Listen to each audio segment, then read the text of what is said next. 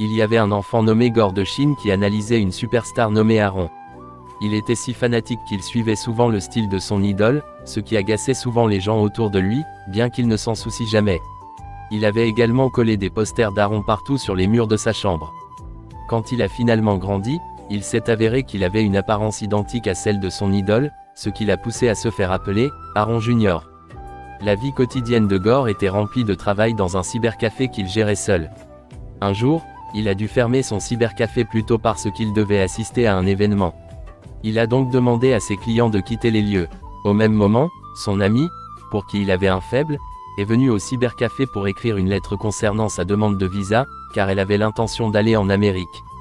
Peu de temps après, un groupe d'hommes est venu au cybercafé avec l'intention de regarder un film pour adultes, ce qui a tellement irrité Gore qu'il a essayé de les arrêter.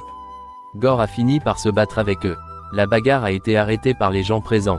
May a dit à Gore qu'il devait arrêter d'agir comme un héros comme Aaron dans ses films, car elle s'inquiétait pour lui. Cette nuit-là, Gore se préparait dans les coulisses pour participer à une compétition de superstars qui avait lieu chaque année dans sa ville natale. Grâce à son apparence identique à celle de la superstar Aaron, il avait déjà gagné la compétition plusieurs fois, et cette nuit-là, il avait l'intention de gagner à nouveau pour obtenir l'argent du prix qu'il utiliserait pour aller à Mumbai rencontrer son idole. Quand ce fut son tour, il est monté sur scène et a joué comme Aaron dans ses films. Tout le monde l'encourageait. Grâce à sa performance, il a réussi à remporter la première place, battant les autres candidats. Quand ils sont rentrés chez eux, la mère de Gore lui a demandé quel était son plan pour aller à Mumbai sans acheter de billets, car elle s'inquiétait qu'il ne puisse pas y arriver. La principale raison pour laquelle Gore voulait rencontrer son idole était de lui offrir son trophée de mariage pour l'anniversaire d'Aaron, qui aurait lieu dans 2 jours. Le lendemain, avant que Gore ne parte, sa mère lui a donné une boîte spéciale de nourriture à donner à Aaron.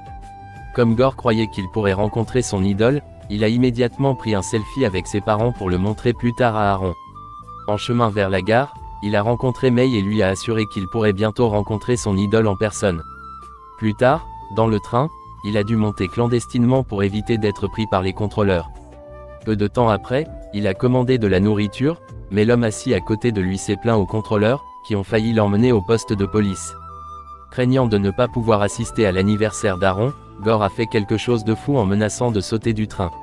Les contrôleurs ont finalement décidé de le laisser continuer son voyage et de ne pas l'arrêter.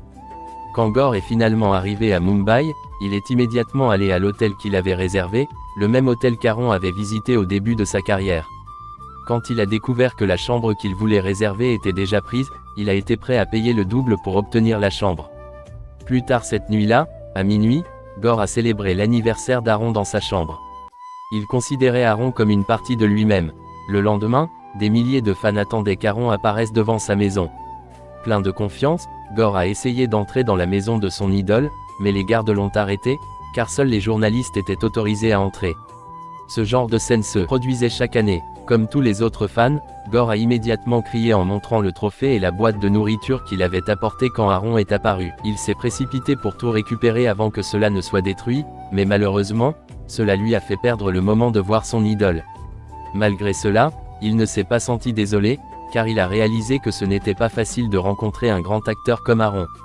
Peu de temps après, alors que Gore était dans un restaurant, il a vu aux informations un reportage sur le conflit en cours entre Aaron et un jeune acteur nommé Sik Kapoor, qui était censé surpasser les réalisations d'Aaron dans sa carrière. Dans une interview, Sik Kapoor a expliqué qu'il allait bientôt porter l'affaire devant les tribunaux. En entendant cela, Gore a semblé très agacé. Il a alors décidé de se rendre sur le lieu de tournage de Sik Kapoor et de se présenter comme son plus grand fan.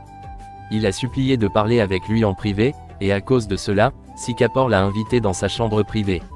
Ayant cette opportunité, Gore a immédiatement ligoté Sik Kapoor et l'a forcé à faire une vidéo d'excuses à Aaron concernant sa déclaration à la télévision. Comme la vidéo était diffusée en direct, beaucoup de gens l'ont vue, mais malheureusement, Aaron a supposé que Sik Kapoor cherchait simplement à faire sensation pour booster sa popularité.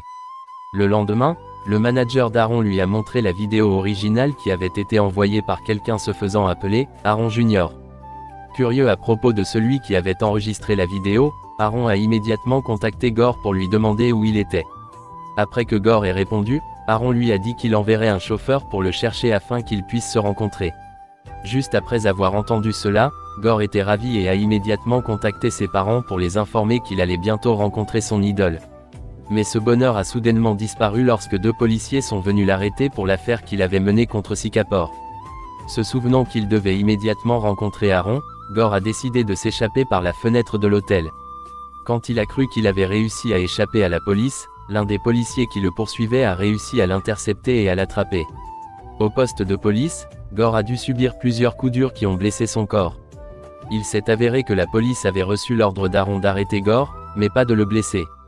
C'est pourquoi, après l'avoir détenu pendant 2 jours, Aaron lui a demandé d'acheter des billets pour que Gore puisse immédiatement retourner à Delhi.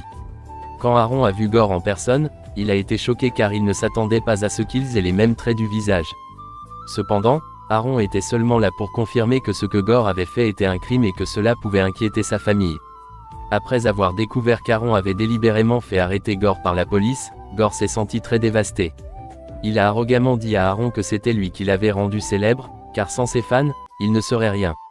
Après cette nuit en cellule, Gore a finalement été libéré. Il a choisi de retourner directement à Delhi. Bien qu'il se sente très déçu, il n'a pas tout raconté à ses parents. Le lendemain, Gore a soudainement décidé de vendre son cybercafé et a dit qu'il voulait seulement investir tout l'argent de la vente. Il a également rassemblé tous les posters d'Aaron sur son mur et les a brûlés.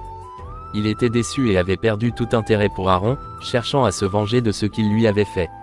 1 an plus tard, à Londres, Aaron allait organiser un événement organisé par une marque de voitures bien connue. Il devait également se rendre à Dubrovnik pour assister à la fête de mariage d'une personnalité bien connue nommée Monsieur Bush. Il retournerait ensuite à Londres pour un spectacle. Pendant sa visite à Londres, il a déclaré que Londres était l'un de ses endroits préférés. Cette information a été diffusée, et Gore était également à Londres pour commencer sa mission de vengeance. Il est délibérément venu au musée Madame Tussauds. À son arrivée, une petite fille a supposé qu'il était Aaron, et beaucoup de gens ont commencé à s'approcher de lui. Juste à côté de la statue d'Aaron, il a exprimé sa déception sous forme de blague, ce qui a amusé tout le monde. Mais ensuite, ses actions ont dégénéré lorsqu'il a commencé à créer des troubles et a pris un officier en otage. Il a menacé l'officier avec une arme pour pouvoir s'échapper, puis il a changé son apparence pour que personne ne le remarque.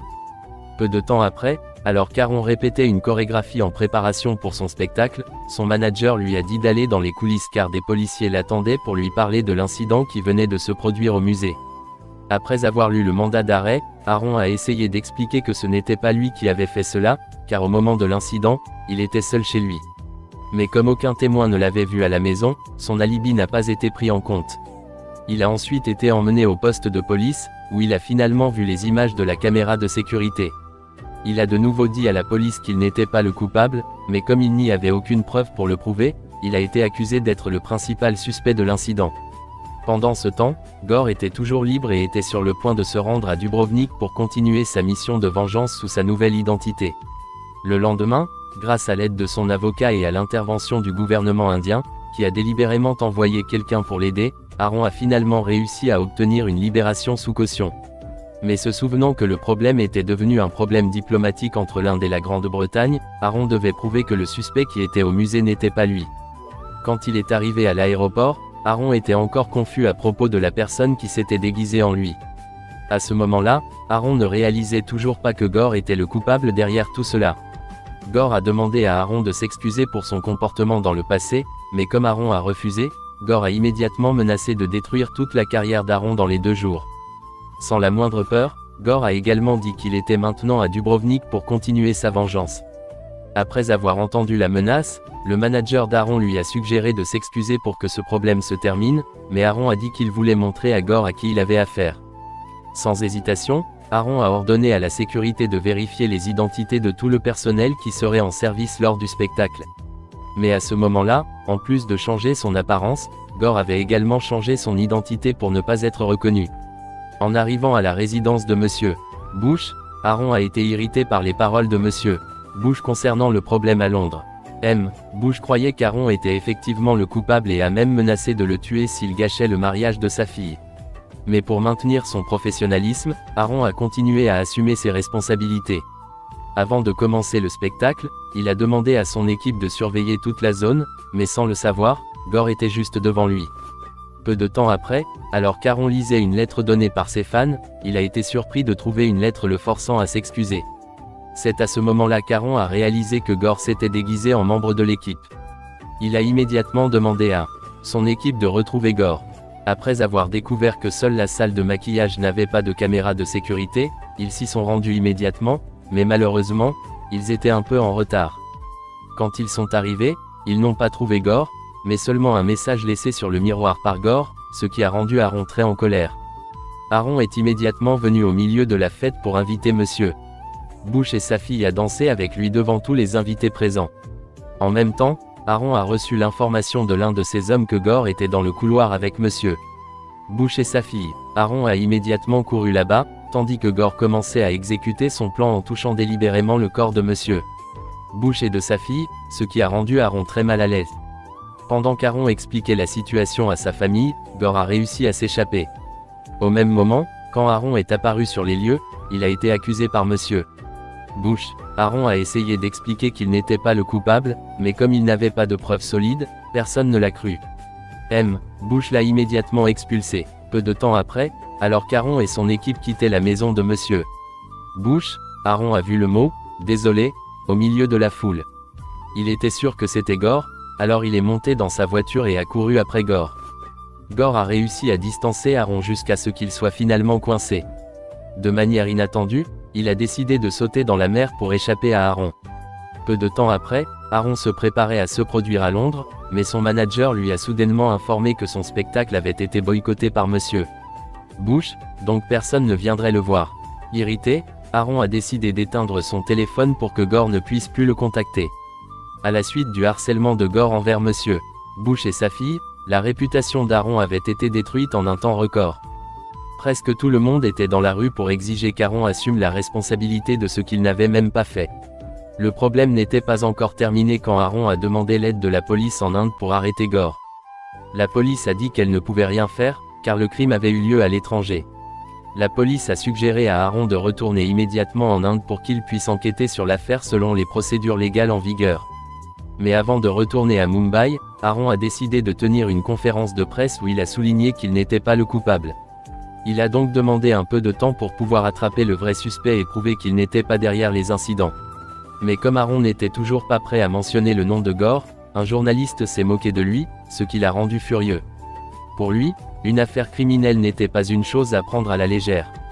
Il a alors dit qu'il avait délibérément tenu la conférence non pas pour prouver son innocence, mais pour les avertir tous d'être plus prudents, car le coupable pouvait faire n'importe quoi à n'importe qui.